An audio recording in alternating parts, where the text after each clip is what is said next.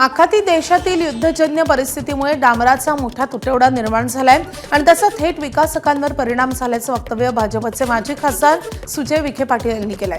तसंच त्यांनी राजकारणातील प्रवेशावरही भाष्य केलंय। तुमच्यापेक्षा या रस्त्याची गरज मला आहे। हा रस्ता मी तुम्हाला पूर्ण करून देईन। ठीक आहे, त्याच्यामध्ये चुका होतील, कधी खड्डे पडेल, तुटेल, पण रस्ता होईल आणि परत दुरुस्त करू ना। खड्डा पडला का 10 लोक व्हिडिओ काढायला पोहोचतात, पहा खड्डा पडला, मग ट्रॅफिक पण सांभाळा बाबा। आपण हा रस्ता मिळून पूर्ण करू।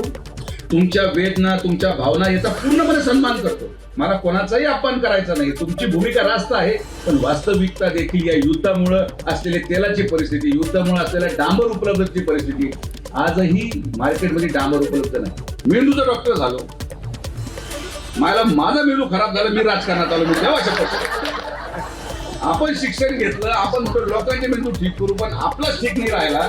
आपण आलो राजकारणामध्ये मतं मागायला। आपल्याला वाटलं कामातून मतं मिळतील, कामं केले। 40 वर्ष फ्लायओव्हरचं काम होत नव्हतं, आपण 2 वर्षात उडकून टाकलं। नगरचा बायपास संपवला, नगर करमाळा संपवला, पण काय जमलं नाही मला बनायवर फिरता आलं नाही, रस्त्यावर झोपता आलं नाही। जे काम ग्रामपंचायतीच्या शिपाईचं औषधी फवारणी ते जर लोकप्रतिनिधी करायला लागले तर मग सदस्यांनी काय निवडणूक लढवायची?